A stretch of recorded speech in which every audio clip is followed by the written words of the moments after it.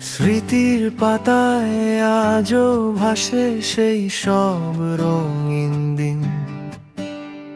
জয়পুরহাট সরকারি কলেজ মনে পড়ে অমলিন। ক্লাস ফাঁকি দিয়ে চলতো হামিন নানার দোকানে আড্ডা। 12 ঘাটি পুকুর পাড়ে ঢুকতো আমাদের বেলা। ব্যাচেলর চত্বর জুড়ে ছিল আমাদেরই রাত। অলস